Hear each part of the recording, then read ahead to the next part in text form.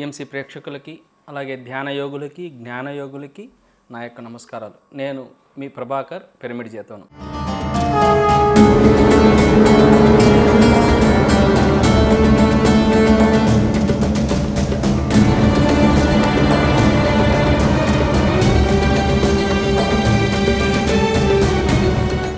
జ్ఞాన లక్షణాలని మన బ్రహ్మర్షి గోపాల్ రెడ్డి గారిచే అద్భుతంగా మనం తెలుసుకున్నాం. మరికొన్ని విషయాల్ని ఈరోజు గీతాసారం నుంచి మన గోపాల్ రెడ్డి సార్ ద్వారా ఎన్నో అద్భుతమైన విషయాలు తెలుసుకుందాం. సార్ నమస్తే. సార్ నమస్తే. మీకు ఎంతో కృతజ్ఞత. ఎందుకంటే నిన్న మీరు ఒక మాట చెప్పారు, సాక్షాత్తు భగవంతుడు, యోగులు, ఋషులు వాళ్ళుగా ఈ భూమి మీదకి రారు. వాళ్ళు మన పట్ల కరుణతో ఈ భూమి మీదకి వస్తుంటారు. తర్వాత వారి శిష్య పరంపరని అలాగే ఈ మానవాళిని ఉద్ధరించి వాళ్ళ పాత్ర చూసుకొని వారు తిరిగి వెళ్తుంటారు. అలాగే మీరు కూడా ఈ జ్ఞానాన్ని చక్కగా మా పట్ల కరుణతో చక్కగా అందిస్తూ మా ఉద్ధరణకి మీరు తోడ్పడుతున్నందుకు మీకు మరొకసారి నా యొక్క నమస్కారాలు. భగవద్గీతలో అద్భుతమైన ఘట్టం కర్మయోగం.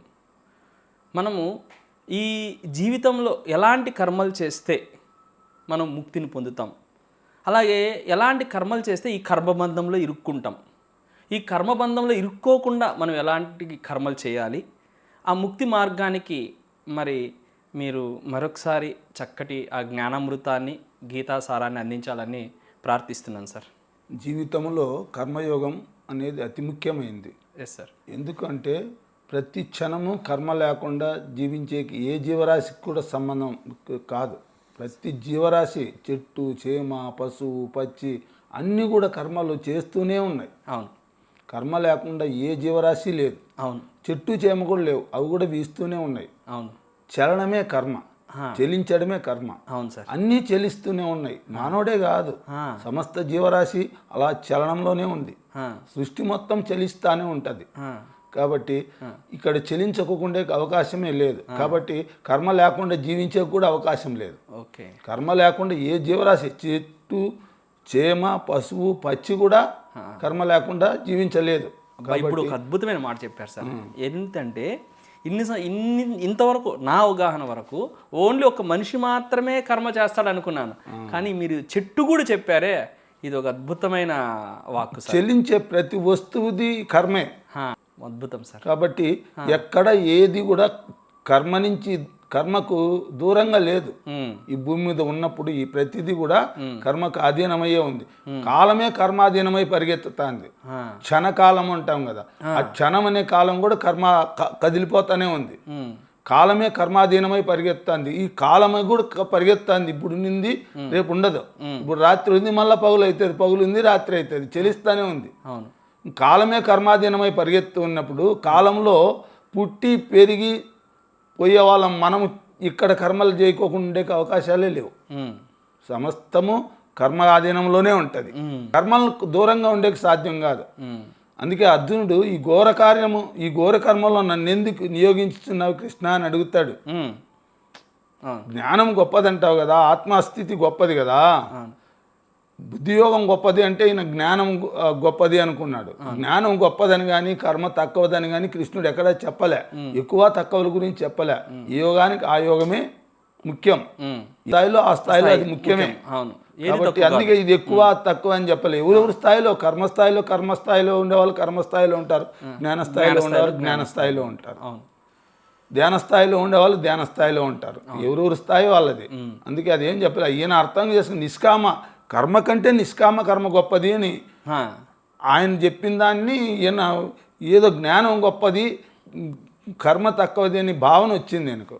బుద్ధియోగం గొప్పది అన్నాడు. బుద్ధియోగం అంటే జ్ఞానం అనుకున్నాడు ఆయన. బుద్ధియోగం అంటే నిష్కామ కర్మే బుద్ధియోగం. నిష్కామ కర్మ బుద్ధి స్వచ్ఛంగా స్వచ్ఛంగా ఉంటే శుద్ధంగా ఉంటే వాడు చేసే కర్మ చేస్తూ కూడా కర్మల్లో ఇరుక్కోడు. బుద్ధియోగం గొప్పది అంటే జ్ఞానయోగం గొప్పది అనుకున్నాడు. జ్ఞానం అని చెప్పినట్టుగా భావించాడు. వాస్తవంగా బుద్ధియోగం అంటే కర్మ చేస్తూ కూడా కర్మల్లో ఇరుక్కోకపోవడమే. బుద్ధిమంతుడు ఎప్పుడు ఏమిట్లోనూ ఇరుక్కోడు. శుద్ధ బుద్ధి కలిగిన వాడు ఇరుక్కోకుండా జీవిస్తాడు, చిత్తశుద్ధి కలిగించుకుంటాడు. కాబట్టి అది చెప్పింది ఆయన అర్థం అట్లా చేసుకున్నాడు. అందుకే జాయసీ చేత్ కర్మ నస్తే మతాబుద్ధి జనార్దన తత్కిం కర్మని గోరే మాం నియోజస్ కేశవ. ఓ కేశవ జనార్దన, కర్మ కంటేను జ్ఞానమే శ్రేష్టమైనచో నన్నేల ఈ ఘోర యుద్ధ కార్యమంది నియోగించుచున్నావు. వ్యామిశ్రేణ వాక్యేన బుద్ధిం మోహయస్యోమే తదేకం పదినిశ్చిత్తేన శ్రేయో హమాప్నుయాం అంటాడు. కలగాపులగం వంటి నీ మాటలు చే నా బుద్ధి భ్రమకు లోనగినట్లు చేయుచున్నావు కనుక నాకు శ్రేయస్కరమైన దాన్ని తెలుపుము. ఇక్కడ కూడా అక్కడ 2వ అధ్యాయంలో ఎట్లయితే శ్రేయస్సుని తెలుపమని ఇక్కడ కూడా శ్రేయస్సు అడిగాడు. మళ్ళీ ఇక్కడ కన్ఫ్యూజన్ గురయ్యాడు. అందుకే ఇక్కడ కన్ఫ్యూజన్ వచ్చింది కాబట్టి నాకు శ్రేయస్సు కలిగేది, శ్రేయస్సు అయింది నాకు మళ్ళీ చెప్పు అని అడుగుతున్నాడు. ఇక్కడ కర్మ కంటే జ్ఞానమే శ్రేష్టమైతే జ్ఞానంలో నన్ను ప్రేరేపించుకోకుండా కర్మల్లో ఎందుకు ప్రేరేపిస్తున్నావు? అదులు ఈ కర్మ ఏ మామూలు కర్మ, యుద్ధ కర్మ, ఘోర కర్మ. అవును, చంపుకుంటూ పోయేది. ఇది పాపానికి సంబంధించిన కర్మ. ఈ కర్మల్లో నన్ను ఎందుకు ప్రేరేపిస్తున్నావు యుద్ధం చేయని? అవును. కాబట్టి ఆ జ్ఞాన మార్గాన్ని నేను ఉపదేశించి ఆ జ్ఞాన మార్గంలో బయట చూడకూడదా అని అడుగుతున్నాడు అర్జునుడు. అప్పుడు అంటాడు, లోకేస్మిన్ ద్వివిధానిష్ట పురా ప్రోక్త మయానగా జ్ఞానయోగేన సాంఖ్యానాం కర్మయోగేన యోగినాం. ఓ అర్జున, ఈ లోకమున 2 నిష్టలు కలవని ఇంతకు పూర్వమే చెప్పి ఇంటిని. సాంఖ్యులకు జ్ఞానయోగం చేతను, యోగులకు కర్మయోగం చేతను నిష్ట కలుగును. నిష్ట అంటే ఆత్మసిద్ధి. నిష్ట అంటే చాలా మందికి అర్థం కాదు మీ భాష. ఆత్మసిద్ధినే నిష్ట అంటారు. ఓకే. లోకేస్మిన్ ద్విధా నిష్ట పురా ప్రోక్త మయానగా జ్ఞానయోగేన సాంఖ్యానాం కర్మయోగేన యోగినాం అంటాడు. ఓ అర్జున, ఈ లోకమున 2 నిష్టలు కలవని ఇంతకు పూర్వమే చెప్పి ఇంటిని. అది సాంఖ్యులకు జ్ఞానయోగము చేతను, యోగులకు కర్మయోగం చేతను నిష్ట కలుగును. ఆత్మసిద్ధి కలుగుతుంది. 2 మార్గాల్లోనూ పోయి ఆత్మసిద్ధిని పొందొచ్చు. అటు కర్మ మార్గంలో పోయినా పొందొచ్చు, జ్ఞాన మార్గంలో పోయినా పొందొచ్చు. ఆ అర్హతను బట్టి జ్ఞాన మార్గంను వాళ్లకు ఉపదేశించా. ఈ కర్మస్థాయిలో ఉండే వాళ్ళకు కర్మయోగాన్ని ఉపదేశించా. వీళ్ళు చేరే దారి ఒకటే, వాళ్ళు చేరే దారి ఒకటే. కాబట్టి దారులు వేరు కావచ్చు కానీ సిద్ధి మాత్రం ఒకటేను. ఈ 2 మార్గాల్లో అక్కడ నిష్కామ కర్మల ద్వారా పొందొచ్చు, ఇక్కడ ఆత్మానాత్మ వివేకం ద్వారా కూడా పొందొచ్చు. ఇది నేను ఆత్మ, ఇది అనాత్మ బుద్ధి కుశలత కలిగినటువంటి వాళ్ళు ఆత్మానాత్మ వివేకంతో ఆ పరమసిద్ధిని పొందుతారు. ఇక్కడ కర్మయోగులు నిష్కామ భావంతో కర్మ చేసి అంతఃకరణ శుద్ధి పొంది ఆత్మసిద్ధిని పొందుతారు. లక్ష్యము చేరతారు. లక్ష్యాన్ని చేరడానికి 2 మార్గాలు కానీ నిష్ట మాత్రం ఒకటే ఉంటుంది. కాబట్టి ఆ నిష్టను పొందొచ్చు అని చెప్తాడు. కర్మకు అందులోనూ ఆయన అదే చెప్తాడు, కర్మకు దూరంగా ఎవడు ఉండలేడు. నా కర్మనా మనారంభాత్ నైష్కర్మం పురుషోస్నుతి నచ సన్యసనాదేవా సిద్ధిం సమధిగచ్చతి అంటాడు. మనుజుడు కర్మలాచరించకపోవటం వలన నిష్క్రియమగు ఆత్మస్వరూప స్థితిని పొందజాలడు. కర్మత్యాగము చేత మాత్రమే మోక్షసిద్ధిని పొందలేరు. ఎవ్వడును కర్మత్యాగము చేత మోక్షసిద్ధిని పొందనేరడు. కర్మ ఫలత్యాగము ద్వారానే మోక్షసిద్ధికి అధికారం లభిస్తుంది. ఇది అంతఃకరణ శుద్ధి కలిగేది కర్మ ఫలత్యాగంతో. కర్మ నిడిచిపెట్టినోనికి వాడికి దారి ఉన్న దారి కూడా మూసుకుపోతుంది. ఇంకా తిరోగతే. వాడికి ఎక్కడా లేదు, ఉన్నదాన్ని కూడా మూసేసుకుంటాడు. ఎందుకంటే కర్మ చేస్తే కర్మ చేయడం ద్వారా మన పాత వాసనలు డిలీట్ అవుతాయి. ఫలితాన్ని ఆశించడం వల్ల కొత్త వాసనలు వచ్చి చేరుతూ ఉంటాయి. కర్మ చేసినప్పుడు పాత వాసనలు వెళ్ళిపోతూ ఉంటాయి. ఫలితాన్ని ఆశించినప్పుడు మళ్ళా కొత్త వాసన వచ్చి చేరుతూ ఉంటుంది. కాబట్టి అంతఃకరణం ఎప్పుడు శుద్ధి కాదు. అంతఃకరణ శుద్ధి కలగాలంటే కర్మ చెయ్యాలి, పాత వాసనలు డిలీట్ చేసుకోవాలి, ఫలితాన్ని ఆశించకుండా కర్మ చేయాలి. ఫలితాన్ని ఆశించకపోయినప్పుడు కొత్త వాసన వచ్చి చేరదు. కర్మ చేయడం వల్ల పాత వాసన పోతుంది. కాబట్టి అంతఃకరణం శుద్ధి అవుతుంది. అంతఃకరణ శుద్ధి వల్ల ఆత్మజ్ఞానం కలుగుతుంది అర్జున. కర్మఫల త్యాగం వల్ల ఫలితాన్ని ఆశించడం వల్ల కర్మ. ఎందుకంటే కర్మ చేస్తే ఒక ఫలితం వస్తుంది. ఆ ఫలభోగాన్ని అనుభవిస్తే ఒక వాసన ఏర్పడుతుంది. ఆ వాసన తిరిగి నీకు ఆ కర్మ చేయడానికి తర్వాత ప్రేరణ, ఆ ఫలితాన్ని పొందడానికి ప్రేరణ కలిగిస్తుంది. ఆ ప్రేరణ వల్ల మళ్ళా కర్మ చేస్తావు. ఒకటికొకటి ఇదే తిరుగుతాను కర్మ చక్రము అంటారు. ఇది ఈ కర్మచక్రంలో తిరుగుతూనే ఉంటాడు మానవుడు. ఇది అర్థమైతే వాడు చిత్తశుద్ధి కలిగించుకొని ఆత్మజ్ఞానం పొందుతాడు. ఇది జ్ఞానం అర్థం కానంత వరకు అలా తిరుగుతూనే ఉంటాడు కర్మచక్రంలో. తర్వాత ఈ సగం సగం అర్థమైన వాళ్ళు కూడా కొంతమంది ఉంటారు సార్. ఎలాంటి వాళ్ళంటే నేను ఈ మార్గంలో ఉన్నాను, నేనేం పనులు చేయనవసరం లేదు, ఇలాంటి వాళ్ళకి ఇది ఒక మంచి అద్భుతమైన జ్ఞానం. ఎందుకంటే కర్మలు ఎప్పుడూ చేస్తూ ఉండాలి, నువ్వు ఫలితాన్ని ఆశించకూడదు. ఒక్క క్షణం కూడా కర్మ చేయకోకుండా వీలు లేదు. వీలు లేని దాన్ని చేసే ఉండేకి లేదు. ఊరికే ఉంటాననేది లేదు. నువ్వు తినేది కర్మే, పడుకునేది కర్మే, నీ తిన్ననేది కూడా కర్మే. తినను అనుకుంటావే అక్కడ కూడా నీ మానసిక కర్మ జరుగుతుంది. తింటాను అని ఎట్లా తినాలా అని భావన ఎలా కర్మ అవుతుందో, తినకూడదు అనేది ఒక భావనే. నడపడము కర్మే, ఆపడము కర్మే, ప్రతి దాంట్లోనూ కర్మ ఉంది. ఒక్క క్షణం కూడా కర్మ లేకుండా ఉండే అవకాశాలే లేవు. నహి కచ్చిత్ క్షణమపి తిష్టత్య కర్మకృత్ కార్యతే హవసః కర్మ సర్వ ప్రకృతిర్గుణేహ అంటాడు. యవ్వనికి ఒకప్పుడు కూడా ఏ విధమైన కర్మాచరణ లేక ఉండన శక్యము. ప్రకృతి గుణములు తమ నియమం అనుసరించి ప్రతి జీవి చేత ఏదో కర్మ చేయించుచునేయుండును. ఇప్పుడు రైలు ఎక్కి కూర్చున్నాం, రైలు ఎక్కి నేను ఊరికే కూర్చున్నాను అన్నా ఆ రైల్లో కూర్చున్న తర్వాత నువ్వు కూర్చున్న ప్రయాణం ఏం జరుగుతూనే ఉంటుంది. నువ్వు కూర్చున్నాను అనుకోవచ్చు, నువ్వు కూర్చున్న మాత్రాన అక్కడ నువ్వు ప్రయాణం చేయలేదనేది కాదు, అలా జరుగుతుంది. అదేవిధంగా ఈ శరీరంలోకి వచ్చిన తర్వాత ఇది కర్మ సంబంధించి ఈ శరీరంలోకి వచ్చిన తర్వాత కర్మ జరుగుతూనే ఉంటుంది. గమ్మునున్నా కర్మ ఉన్నట్టే, ఖచ్చితంగా ఏదో కర్మ, అది మానసికమో శారీరకమో ఏదో ఒకటి, ఏదో కర్మ. కర్మ అంటూ ఆగదు. ఒకవేళ కర్మని నేను ఆపేస్తాను నువ్వు అడిగితే ఆ క్వశ్చన్కి జవాబు ఏమంటే, నేను కర్మని ఆపేస్తాను అని చేతులు కాళ్ళు కట్టేసి ఊరికే బిగబట్టి కూర్చోవచ్చు. నీ శరీరాన్ని నువ్వు ఇంద్రియాలను బిగబట్టి కూర్చోవచ్చే కానీ ఇంద్రియాలను బంధించచ్చేమో కానీ నీ మనస్సు మాత్రం అది పరిగెత్తుతూనే ఉంటుంది, కర్మ జరుగుతూనే ఉంటుంది. అదే చెప్తాడు భగవానుడు, కర్మేంద్రియాన్ని సంయమ్య యా అస్తే మనసా స్మరన్ ఇంద్రియార్థాన్ విమూఢాత్మ మిథ్యాచారస్య ఉచ్యతే. ఏ అవివేకి కర్మేంద్రియములకు వాక్కు పాని పాద పాయువస్థలను నిగ్రహించి మానసికంగా మనోరాజ్య కల్పనచే విశేషానందములు అనుభవించును అట్టివాడు కపటాచారం గలవాడు, ధాంబికుడు, మోసగాడు. భగవానుడు స్పష్టంగా నువ్వు అడిగిన క్వశ్చన్కి జవాబు ఇది. అవును సార్, ఇది అద్భుతం. కర్మేంద్రియాన్ని సంయమ్య యా అస్తే మనసా స్మరన్ ఇంద్రియార్థాన్ విమూఢాత్మ మిథ్యాచారస్య ఉచ్యతే. ఏ అవివేకి కర్మేంద్రియములకు వాక్కు పాని పాద పాయువస్థలను నిగ్రహించి మానసికంగా మనోరాజ్య కల్పనచే విశేషానందములు అనుభవించును అట్టివాడు కపటాచారము గలవాడు, ధాంబికుడు, మోసగాడు అంటాడు. తను తాను మోసం, ఇంకొకరిని మోసం కాదు, తను తానే మోసం చేసుకుంటున్నాడు. నేనేం చేయలేదు అనుకుంటున్నాడు. అయినా వాడు చేయకపోయినా వాడి ఇంద్రియాలను కర్మేంద్రియాలన్నీ బిగబట్టేసిన వాని యొక్క మనస్సు మాత్రం పరిగెడుతూనే ఉంది, విషయాలలో తిరుగుతూనే ఉంటుంది విషయలోలత్వంలో. అయితే వాడేమనుకుంటా నేను ఏ కర్మ చేయలేదనుకుంటాడు. ఒక చిన్న ఉపమానం చెప్తాను నేను. ఒకరోజు ఒక ఆశ్రమానికి ఒక సన్యాసి వచ్చాడు. వస్తే వాళ్ళంతా గౌరవించి ఒక రూమ్ ఇచ్చారు. ఒక రూమ్ ఇచ్చి నేను ఈరోజు ఇక్కడ ఉండాలంటే ఒక రూమ్ ఇచ్చారు. రూమ్లో పోయి కూర్చున్నాడు. కూర్చున్న తర్వాత ఈరోజు నేను రేపు పోతాను, నేను కర్మాతీత స్థితిలో ఉన్నాను, నిత్య సన్యాసిని అని చెప్పి. సన్యాసం అంటే మొత్తం అన్ని వదిలిపెట్టిన వాళ్ళని అని పోయాడు.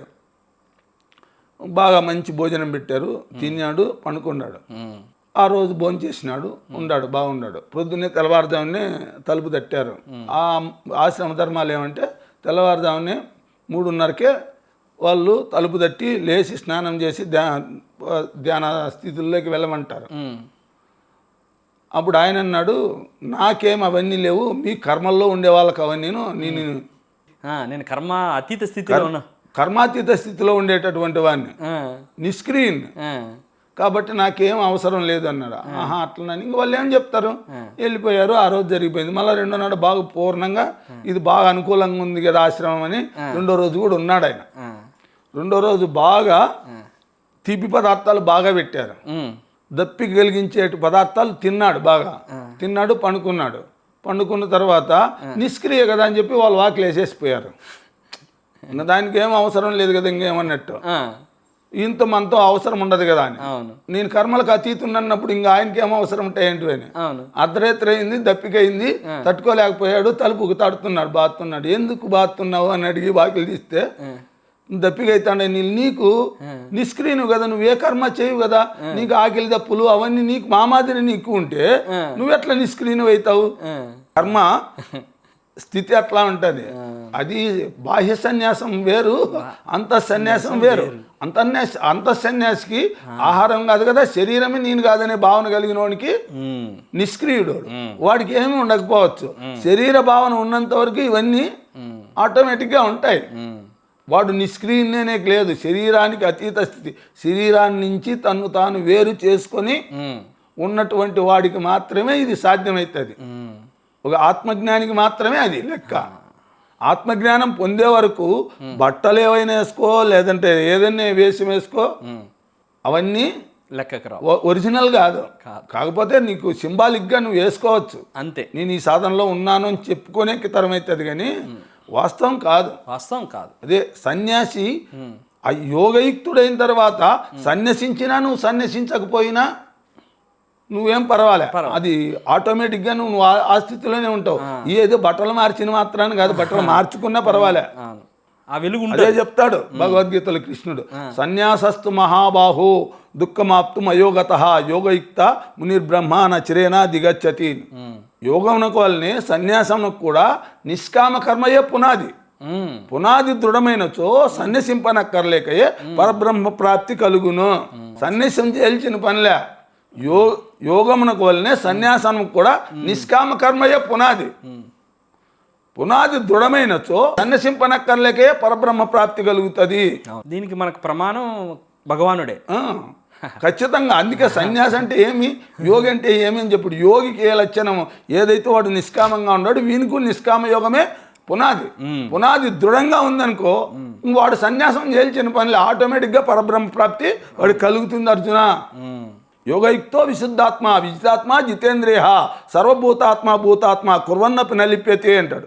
కర్మయోగి చిత్తశుద్ధి కలిగి మనోనిగ్రహము జితేంద్రియత్వమును సాధించి సర్వభూతముల ఆత్మయు తన ఆత్మయు ఒక్కటేనని ఐక్యతా జ్ఞానమును అనుభవించును. అట్టివాడు కర్మలోన చిన్నో వివాన్ని అంటావు. ఎప్పుడు కర్మ చేసినా కర్మ అంటదు అంటే ఈ లెవెల్లోకి రావాల. యోగయుక్తో విశుద్ధాత్మ విజితాత్మ జితేంద్రియ సర్వభూతాత్మ భూతాత్మ కుర్వన్నపి నలిప్యతే అంటాడు. కర్మయోగి చిత్తశుద్ధి కలిగి మనోనిగ్రహమును జితేంద్రియత్వమును సాధించి సర్వభూతముల ఆత్మయు తన ఆత్మయు ఒక్కటేనను ఐక్యతా జ్ఞానమును అనుభవించును. అట్టివాడు కర్మలో నర్చనను వానినంటావు. వాడు నిష్క్రియుడు, అంతా ఒకటే. నిష్క్రియ స్థితి అంటే అది. చిత్తశుద్ధి కలిగితే ఓకే. కర్మయోగి చిత్తశుద్ధి కలిగి మనోనిగ్రహమును జితేంద్రియత్వమును సాధించి, అంటే ఇంద్రియాలు మనస్సు పూర్తిగా వశమైపోయాయి, తన వశంలో ఉన్నాయి, వశమైనాయి. అందుకే సత్యం అనికి అవగాహనకు వస్తుంది. అది నిర్మలమైపోయింది కాబట్టి స్వరూప జ్ఞానం కలిగింది. సర్వభూతముల ఆత్మ తన ఆత్మ ఒకటేననుకుంటాడు. నువ్వు వేరు నేను వేరు అనేది కానీ తనకంటే వేరుగా సృష్టిలో ఏది కనపడదు. అంతటా తనే ఉన్నాను అని అది అర్థమైపోతుంది. అనుభూతి ప్రకారం అనుభూతి చెందుతాడు. ఆ ఆత్మ చైతన్యంతో ఏకమవుతాడు, ఆ శుద్ధ చైతన్యంతో ఏకమవుతాడు. ఆ సచ్చిదానంద స్వరూపాన్ని నేను అనేటటువంటి జ్ఞానం అని కలిగిన తర్వాత ఇక వాడికి కర్మ చేసినప్పటికీ, కర్మబంధాలు ఉన్నప్పటికీ, ఎక్కడ శరీరానికి ప్రారంధం ఉన్నప్పటికీ ప్రారంధానుసారంగా శరీరాన్ని శరీరంగా చూస్తాడు, కానీ నేను చేస్తున్నానని భావన రాదు వాడికి. అప్పుడు ఇంద్రియాలు వాటి పనులను చేసుకుంటున్నాయే కానీ ఇంద్రియాలకు మనస్సుకు సాక్షినైనటువంటి నాకు సంబంధము లేదు అని సాక్షిభూతంగా నిలబడతాడు. కర్మ విభాగతత్వమును జ్ఞాన విభాగతత్వమును తెలుసుకున్న జ్ఞానయోగి ఆయా ఇంద్రియములు ఆయా విషయములపై ప్రవర్తించుచున్నవని వాటి పట్ల ఆసక్తుడు కాడు అంటాడు. త్వవిత్తు మహాబాహో గుణకర్మ విభాగయో గుణా గుణేషు వర్తంతి తిమత్వా నసజ్జతే అంటాడు. కర్మ విభాగతత్వమును జ్ఞాన విభాగతత్వమును తెలుసుకున్న జ్ఞానయోగి ఆ గుణములే ఆ గుణ విషయములందు ప్రవర్తించుచున్నవని వాటి పట్ల ఆసక్తుడు కాడు. ఆ గుణాలు ఆయా విషయాలపై ఆసక్తి చూపిస్తున్నాయి కానీ గుణాతీతుడైనటువంటి నాకు సంబంధం లేదు అని సాక్షిగా ఉంటాడు. అటువంటి వాడు కర్మలు చేసినా వానినంటవు. అటువంటి ఆకలైనప్పుడు తింటాడు, అంటే ఆ గుణం అదే. తింటాడు, ఆకలి అయితే శరీరం తింటుంది, అంతే. ఆ మనసు ప్రేరేపిస్తుంది, ఆ గుణం ప్రేరేపిస్తుంది, ఆ గుణ విషయాల్లో అది ప్రవర్తిస్తుంది, దానికి అనుగుణంగా కర్మ నడుస్తుంది అనుకుంటాడే గాని నేను కర్మ చేస్తున్నానని భావం ఉండదు. కర్మ నేను చేస్తున్నాను అని కర్తృత్వం లేదు, డివైడ్ అయిపోయాడు. అది నాకు కావాలనే భోక్తృత్వము లేదు, నేను చేస్తున్నానే కర్తృత్వము లేదు. కర్తృత్వ భోక్తృత్వ అభిమానాలు రెండు పోయినాయి. అవును, ఈ అభిమానాలు రెండు ఉంటాయి. ఒకటి భోక్తృత్వం, నేను దీన్ని అనుభవిస్తున్నాను అని, ఇది నాకు కావాలా, ఇది నేను అనుభవించాలి, అనుభవిస్తున్నాను అనడం. లేదా నేను చేస్తున్నాను, ఇది నేను చేస్తున్నాను, అది నాకు కావాలనుకోవడం భోక్తృత్వం. ఇది నేను చేస్తున్నానని కర్తృత్వం. ఈ కర్తృత్వము లేదు, భోక్తృత్వము లేదు. సమస్త వాసనలు వదిలేసినాడు, అప్పుడే యోగారూఢగును. యదాహినేంద్రియార్థేసిన కర్మ స్వనిసజ్జతే సర్వసంకల్ప సన్యాసి యోగారూఢ తదోచ్యతే అంటాడు. సాధకుడు ఎప్పుడు ఇంద్రియ సుఖములందల ఆసక్తిని, కర్మయందలి మానమును అనగా కర్తృత్వ భోక్తృత్వాభిమానములు వదిలి సమస్త వాసనలను నిర్మూలించును, అప్పుడు యోగారూఢుడగును. ఆరూఢ స్థితి అది. అక్కడ వాడికి ఏమాత్రము ఈ కర్మ త్రిప్పులు ఏమీ వానిపైన పనిచేయవు. కర్మకు సంబంధించిన విషయం ఏది కలవర పెట్టదు, ఏ దానికి సంబంధమే లేదు. అది నిర్మలుడు, నిశ్చలుడు ఆయన. కర్మల్లో తగులుకోడు, ఇంకా తగులుకోడు. తను చేస్తున్నట్టుగా బయట వాళ్ళు భావించచ్చేమో కానీ ఆయన ఈ యొక్క శరీరము, ఇంద్రియాలు, మనస్సు, బుద్ధి, చిత్త, అహంకారాల నుంచి తన్ను తాను వేరు చేసుకొని బయట ఉన్నాడు. ఆయనకంటావు, ఆయన సాక్షిగా చూస్తాడు అంతే. ఇప్పుడు నువ్వు కర్మ చేస్తుంటే నేను చూస్తుంటా, ఆ కర్మతో నాకు సంబంధం లేనట్టుగా తన శరీరము, తన మనస్సు, తన బుద్ధి, చిత్తహంకారాలకు సాక్షిగా నిలబడతాడు. అది ఆత్మజ్ఞాన లక్షణం. ఇది అర్థమైతే హ్యాట్స్ ఆఫ్ ఆయనకు. కర్మయోగత్వం అంటే అది కర్మయోగి లక్షణం. అది ఎవరిని బంధించవు కర్మలంటే అటువంటి వాళ్ళని బంధించవు. ఈ తదాత్మత దీనిలతో ఉన్ని తదాత్మత ఉండేవాని కర్మ జరుగుతూనే ఉంటుంది, తర్వాత వాసనలు వస్తూనే ఉంటాయి, మళ్ళీ పునరపి జననం, పునరపి మరణం, ఇదే జరుగుతూ ఉంటుంది. ఎప్పుడు ఆగేది లేదు. అట్లా వాడు కర్మలు చేసినవని అంటావు. అవును. యస్వాత్మరతిరేవ స్యాత్ ఆత్మతృప్తచ్చ మానవ ఆత్మన్యేవ సంతుష్ట తస్య కార్యం న విద్యతే అంటాడు. ఎవడు తన రుణములను తీర్చి తద్వారా బంధ విముక్తుడై స్వార్థరహితుడై బాహ్య విషయ శక్తి లేక తృప్తుడై ఆత్మానందమే అనుభవించుచుండునో అట్టి వాడిని కర్తవ్యం అన్నది లేదు. వాడు చేస్తే వచ్చేది లేదు, చేయకుంటే పోయేది లేదు. ఈ ప్రపంచాన్నంతా ధ్వంసం చేస్తే వచ్చే పాపము లేదు, ఈ ప్రపంచాన్నంతా ఉద్ధరిస్తే వచ్చే లాభము లేదు. లాభ నష్టాలు లేవు అక్కడ, ఆత్మకి ఏమీ లేవు. ఇది మనస్సు యొక్క మాయ, అంతే. అంతగానే చూస్తాడు, అది వాస్తవం అనుకోడు. ఇంకా అటువంటి వ్యక్తికి ఏం లేదు. నైవతశాకృతే నాత్తే నాకృతే నేహ కచ్చన నచాశ సర్వభూతేషు కచ్చిదత్త వ్యపాశ్రయ అంటాడు. అట్టి ముక్తజీవికి ఈ లోక వ్యవహారములు చేయటం వలన లాభం కానీ చేయకున్న నష్టం కానీ లేదు. అతనికి ఈ లోకమున ఎవరి వలన ఎట్టి ప్రయోజనము లేదు. అదే ఈ కర్మయోగం యొక్క ఇది. ఇట్లా ఉంటుంది ఆయన కర్మయోగం అంటే ఇది. అట్లని చెప్పి జ్ఞాని కర్మ చేయడా, కర్మలు జరగవా? కర్మ చేయుడు. జ్ఞానికిను అజ్ఞానికి ఉండే డిఫరెంట్ ఏమంటే జ్ఞాని కర్మలు చేస్తాడు, అజ్ఞాని కర్మలు చేస్తాడు, జ్ఞాని ద్వారా కర్మలు జరుగుతాయి. అవి జరుగుతాయి, ఇద్దరికి ఒకటే అయినా భావం వీడు నేను చేస్తున్నాను అహంతో కూడి ఉంటాడు కాబట్టి వీడిని చేస్తాడు అంటారు. ఆయన ఏమనుకుంటారు, నాకు సంబంధం లేదు, ఆ కర్మ పరిపాకంతో జరుగుతాండాయి అంటాడు. అంతే. జ్ఞాని ద్వారా కర్మలు జరుగుతాయి, ఇక్కడ అజ్ఞాని ద్వారా కర్మలు చేస్తాడు. అజ్ఞాని కర్మలు చేస్తాడు, ఎందుకంటే వాని భావన అట్లుంది. జ్ఞాని భావన అట్లా లేదు, కర్మలు జరుగుతాయి, జరిపించబడుతున్నాయి కాదు, తనకు సంబంధం లేదు. అవి ప్రారంధానుసారంగా, ప్రారంధం ఈ శరీరానికి మనోబుద్ధి చిత్తహంకారాలకు దీనికి ఉంది, ఆత్మకు ప్రారంధం లేదు. ఈ శరీరం మనోబుద్ధి అహంకారాల నుంచి తను తాను దూరం చేసుకున్నాడు, వేరైనాడు కాబట్టి ఈయనకు సంబంధం లేదు దానిలో. అట్లని కర్మలు చేయకోకుండా ఉంటారంటే వాళ్ళు కూడా వాళ్ళ ద్వారా కూడా కర్మలు జరుగుతూనే ఉంటాయి.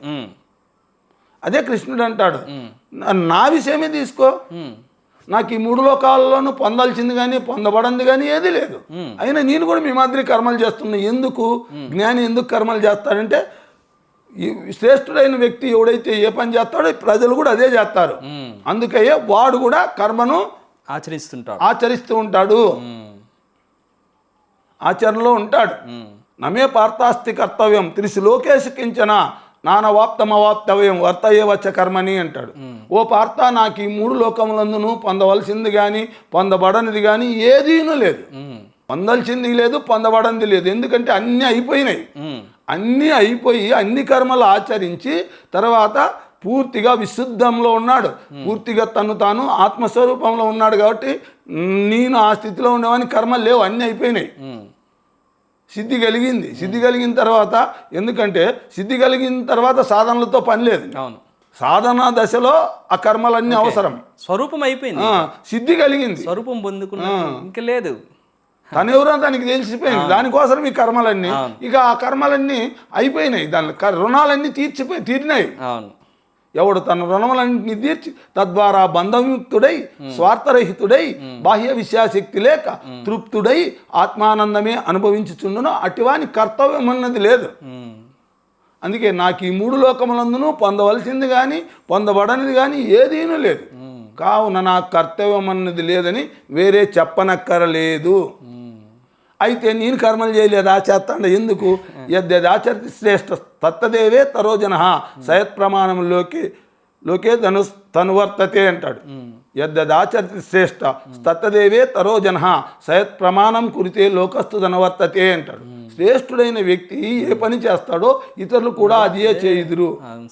అతడు దేనిని ప్రమాణంగా స్వీకరిస్తాడో ఇతరులు కూడా దాన్నే ప్రమాణంగా స్వీకరిస్తాడు. అందుకోసం లోకాన్ని దృష్టిలో పెట్టుకొని నేను కూడా వాళ్ళు కర్మ చేస్తున్నాను. మహాజ్ఞానులు కూడా అందుకే కర్మలు చేస్తున్నారు. జనకుడు మొదలగు జ్ఞానులు కూడా కర్మలు చేశారు. ఎందుకు? వాళ్ళకు అవసరం లేదు, అవసరం లేకుండా చేశారు. ఎందుకంటే లోక సంగ్రహ కర్మ అంటారు దాన్ని. జనకుడు మొదలు జ్ఞానులు కూడా ఆసక్తి రహితంగా కర్మలు ఆచరించడం వల్లనే పరమసిద్ధిని పొందిరి. కర్మనైవ సంసిద్ధి అస్థిత జనకాదయ లోక సంగ్రహమేవాపి సంపశ్యన్ కర్తుమర్హసి అంటాడు. జనకుడు మొదలు జ్ఞానులు కూడా ఆసక్తి రహితంగా కర్మలు ఆచరించడం వల్లనే పరమసిద్ధిని పొందిరి. పరమసిద్ధి పొంది కూడా కర్మలు ఆచరించిరి. రెండు యాంగిల్ చెప్తాడు. సిద్ధి పొందక ముందు వాళ్ళు ఆసక్తి రహితంగా కర్మలాచరించి చిత్తశుద్ధి కలిగించుకొని ఆత్మజ్ఞానం పొందారు. ఆత్మజ్ఞానం పొందిన తర్వాత కూడా లోక సంగ్రహ కర్మలు చేశారు. ఇది సైమల్టేనియస్ అద్భుతం. ఆసక్తి లేకుండా ఉన్నది, ఇప్పుడు లోకం కోసం ఆసక్తి వచ్చింది. లోక సంగ్రహం ఆసక్తి లేకుండా లోకానికి మేలు చేసేదానికి చేస్తారు, కర్మను ఆచరిస్తారు అంతే. ఆసక్తిని ముందు స్టెప్లోనే దాటేశారు, చిత్తశుద్ధి కలిగించుకున్నారు. తర్వాత జ్ఞానం వచ్చినా వాళ్ళని దృష్టిలో పెట్టుకొని కర్మ వాళ్ళ కోసం చేస్తున్నాడు, తన కోసం కాదు. ఫలితం ఆశించే లెవెల్ లేదు అక్కడ. ఎందుకంటే పూర్తిగా స్వరూప జ్ఞానం పొందాడు, ఇక ఆయనకు పొందవలసింది కానీ పొందబడింది కానీ ఈ సృష్టిలో ఏది లేదు. ఇంకా సర్వము తానైనప్పుడు దేన్ని పొందుతాడు? ఏది కావాలనుకుంటాడు? అంతా తానైనప్పుడు దేని కావాలనుకుంటాడు? లాభ నష్టాలు కానీ జయాపజయాలు కానీ సుఖ దుఃఖాలు కానీ ఇంకేమీ లేవు. సుఖ దుఃఖే సమయకృత్వ లాభాలాభౌ జయాజయవు తతో యుద్ధస్వ నైవం పాపం అవాప్స్యసి అంటాడు. సుఖ దుఃఖములు లాభ నష్టములు జయాపజయములు అనుకున్న కర్మ ఫలితములందరూ ఆపేచ్చన వదిలి ఎట్టి ఫలితము వచ్చినను సమముగానే చూస్తూ నీ కర్తవ్యం యుద్ధమనర్పము. నువ్వు కూడా ఆ విధంగా చెయ్యి కర్మ. సుఖదుఖములు లాభ నష్టములు జయాపజయములు అని వాని యొక్క కర్మ ఫలితములందలే ఆపేచ్చను వదలి ఎట్టి ఫలితం వచ్చినను సమముగానే చూచుచు నీ కర్తవ్యము యుద్ధమనర్పము. ఇట్లు ఫలాపేచ్చను వదలి కర్తవ్యములు ఆచరించటం వలన పాపము నిన్నంటదు. యుద్ధం చెయ్యి, ఫలితాన్ని ఆశించుకోకుండా చెయ్యి. ఆ పాపం నాకు వస్తుందంటాడు కదా, అది నీకు రాదు. పాపం రాకుండా నువ్వు ఈ కర్మ చేయాలంటే నువ్వు ఫలితాన్ని ఆశించకుండా కర్మ చేయి. కాబట్టి ఫలితాన్ని ఆశించుకోకుండా చేసినప్పుడు ఆ కర్తవ్యత దృష్టితో చేసే కర్మలకు పుణ్యపాప ఫలితాలు లేవు. దానివల్ల పుణ్యము లేదు, పాపము లేదు, ఏ ఫలితము లేదంటే నీకు అత్యద్భుతమైన ఏ ఫలితము లేనప్పుడు ఎందుకు చేయాలా అని అనుకుంటావేమో. దానివల్ల గొప్ప ఫలితం ఉంది, అది చిత్తశుద్ధి, అది మోక్షానికి దారి, నీ స్వరూప జ్ఞానం కలిగిస్తుంది. ఎప్పుడైతే నువ్వు ఫలితాన్ని ఆశించకుండా నీ కర్తవ్యాన్ని నువ్వు నిర్వహిస్తావో, నీ యొక్క స్వధర్మాన్ని ఆచరిస్తావో, ధర్మబద్ధంగా జీవిస్తావో, అప్పుడు నీకు చిత్తశుద్ధి కలుగుతుంది. ఆ చిత్తశుద్ధే మోక్షానికి అర్హత కలిగిస్తుంది, దగ్గర చేస్తుంది. ఇంత ఇది కర్మయోగం లైన్ ఎట్లా అనేది. అది యజ్ఞకర్మలు చేసి ఫస్ట్ యజ్ఞకర్మలు చేయమంటాడు భగవానుడు. యజ్ఞకర్మల్లో మనం చేసేటటువంటి సకామ కర్మల్లో యజ్ఞభావన దైవ ప్రీత్యార్థం కానీ పరహితార్థమై కానీ చేసేటటువంటి ప్రతి పని యజ్ఞమే. పరహితార్థం కానీ దైవ ప్రీత్యార్థం కానీ భగవంతుని కోసం కానీ సమాజం కోసం కానీ చేసే ప్రతి పని యజ్ఞమే. ఆ యజ్ఞము సకామ భావంతో చేస్తే పుణ్యము, నిష్కామ భావం చేస్తే చిత్తశుద్ధి. ఇది మళ్ళీ ఇక్కడ చిత్తశుద్ధి కావాలంటే నీకు ఇంక నువ్వు ఆశించు మోక్షాపేక్ష ఉండేటటువంటి వాడు నిష్కామ భావంతో చేయాలి. నాకు పుణ్యం కావాలనుకునేవాడు సకామ భావంతో చేస్తాడు. ఈ సకామ భావంతో చేసిన యజ్ఞమే, నిష్కామ భావంతో చేసిన యజ్ఞమే. ఆ యజ్ఞమేమో చిత్తశుద్ధి కలిగిస్తుంది, ఈ భావమేమో పుణ్యాన్ని. యజ్ఞం ఒకటే, చేసే పని ఒకటే, దైవ ప్రీత్యార్థము పరహితార్థము. నువ్వు చేసే పని ఒక్కటే, అది యజ్ఞము. ఆ యజ్ఞకర్మ ద్వారా సకామ భావంతో చేస్తే నీకు పుణ్యము, నిష్కామ భావంతో చేస్తే అంతఃకరణ శుద్ధి, ఆత్మజ్ఞానానికి నీకు దగ్గర సిద్ధం, ఆత్మజ్ఞానానికి అర్హత. ఆత్మజ్ఞానం వచ్చిందనుకో దాని నుంచి మోక్షం, ముక్తి, బహుబంధాల నుంచి విముక్తి. కోట్ల జన్మల నుంచి నువ్వు ఏ దానిలో అయితే ఇరుక్కుంటావో వాటి నుంచి బయటపడిపోయినట్టు. సకామ కర్మ నిష్కామ కర్మ మహా అద్భుతం సార్. చాలా వరకు మనం అందరము సకామ కర్మయోగాన్ని అవును ఈ భగవద్గీతలో చెప్పినంతగా ఎక్కడ ఏ శాస్త్రంలో చెప్పలే. కర్మయోగం అనేది గీతకే సొంతమేమో అన్నట్టుగా ఉంటుంది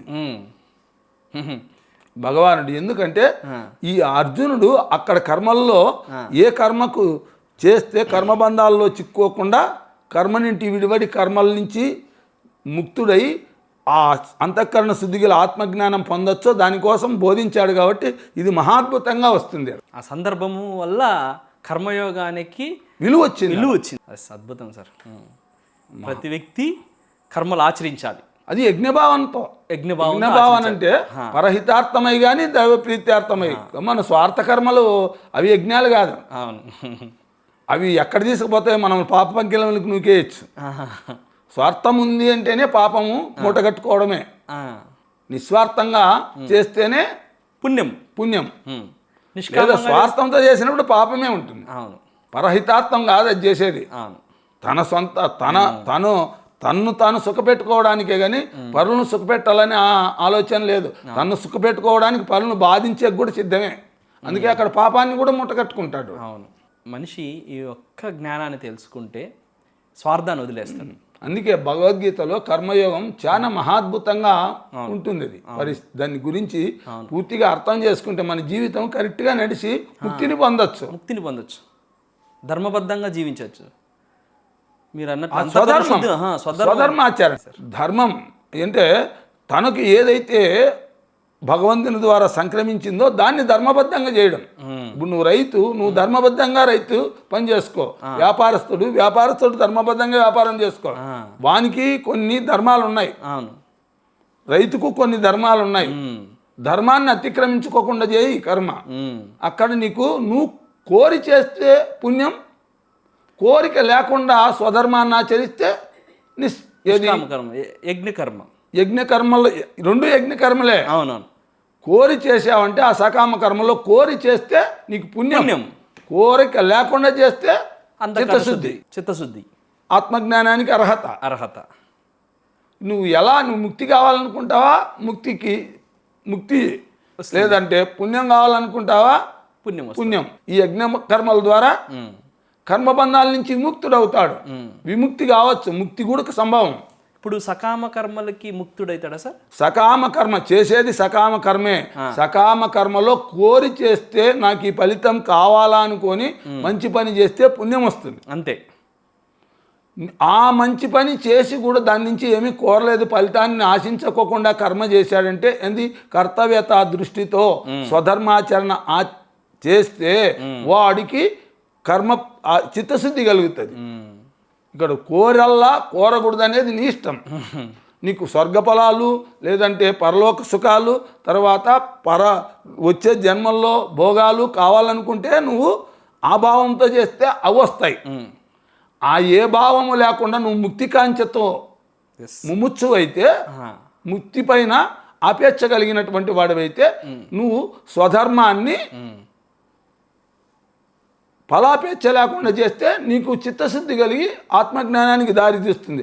ఆత్మజ్ఞానం కలిగితే ఇక పొందాల్సింది కానీ పొందబడింది కానీ ఉండదు. ఎందుకంటే అది శాశ్వతం. ఇది ఎంత చేసినప్పటికీ ఇది అశాశ్వతం. ఇది మళ్ళీ అయిపోయేది, మళ్ళీ తిరిగి మొదటికి వస్తావు. నువ్వు ఎంత గొప్ప సకామ కర్మ చేసినా నువ్వు ఫలితాన్ని ఆశించావంటే మళ్ళీ తిరిగి జనన మరణ చక్రంలో ఉండాల్సిందే, కానీ ఆ జనన మరణ చక్రానికి అతీతంగా ఉండేకి అవకాశాలు లేవు. ఈడే ఉంది కర్మయందలి నేర్పరితనం. దీన్నే యోగం అంటాడు. యోగస్థః కురు కర్మాని సంగం త్యక్వా ధనంజయ సిద్ధో సమోభూత్వా సమత్వం యోగ ఉచ్యతే అంటాడు. ఓ అర్జున, నీవు యోగనిష్ట నుండి సంగమును త్యజించి కార్యము ఫలించినను ఫలించకపోయినను సమముగానున్నవాడవై కర్మలను చేయుము. అట్టి సమత్వ బుద్ధియే యోగమనబడును. ఇది ఇంకా సమత్వ బుద్ధి కావాలా. ఏమైనా జరగని నువ్వు ఏది ఆశించుకోకుండా చేయి. వస్తే రావచ్చు, పోతే పోవచ్చు. ఇలా ఎప్పుడైతే నువ్వు కర్మలు చేస్తావో అక్కడ నీకు విముక్తి లభిస్తుంది. బుద్ధియుక్తో జహాతిహ ఉభే సుకృదుష్కృతే తస్మాత్ యోగా యుజ్యస్వ నైవం పాపం అవాప్స్యసి అంటాడు. సమత్వ బుద్ధి గలవాడు పుణ్యపాప కర్మలు రెండింటినీ ఈ జన్మయందే తొలగించుకొనుచున్నాడు. కావున నీవు అట్టి సమత్వ బుద్ధియుక్తమగు నిష్కామ కర్మయోగము కొరకు యత్నింపుము. కర్మయందలి నేర్పరితనమే యోగమనబడును. ఇక్కడ ఈ నేర్పరితనం ముఖ్యం. ఏమి సమత్వ బుద్ధి గలవాడు ఈ లోకమందే పుణ్యపాప కర్మలు రెండింటినీ తొలగించుకొనుచున్నాడు. కావున నీవు అట్టి సమత్వ బుద్ధియుక్తమగు నిష్కామ కర్మయోగం కొరకు యత్నింపుము. కర్మయందలి నేర్పరితనమే యోగమనబడును. కర్మ చేస్తూ కర్మ బంధాల్లో ఇరుక్కోకుండా ఉండడమే యోగము. అద్భుతం సార్. ఇది మనం ఎప్పుడైతే అర్థం చేసుకుంటామో అందుకు యజ్ఞ భావనతో కర్మ చెయ్యి అని చెప్పాడు. ఆ యజ్ఞం అంటే కూడా ఏమో నెక్స్ట్ ఎపిసోడ్లో మనము తెలుసుకుంటాం. Thank you sir. ఈరోజు ఈ కర్మ యోగం గురించి చాలా చక్కగా మనకు అందించారు. సో ఇంకా మరిన్ని మీ ద్వారా జ్ఞానం మేము పొందుతాము నెక్స్ట్ ఎపిసోడ్స్లో. మీకు ధన్యవాదాలు. ఇంత అద్భుతమైన జ్ఞానాన్ని ప్రసాదించినందుకు పిఎంసి ప్రేక్షకులకి, ధ్యాన యోగులకి, జ్ఞాన యోగులకి సో చాలా చాలా చాలా మేము రుణపడి ఉంటాం. Thank you very much.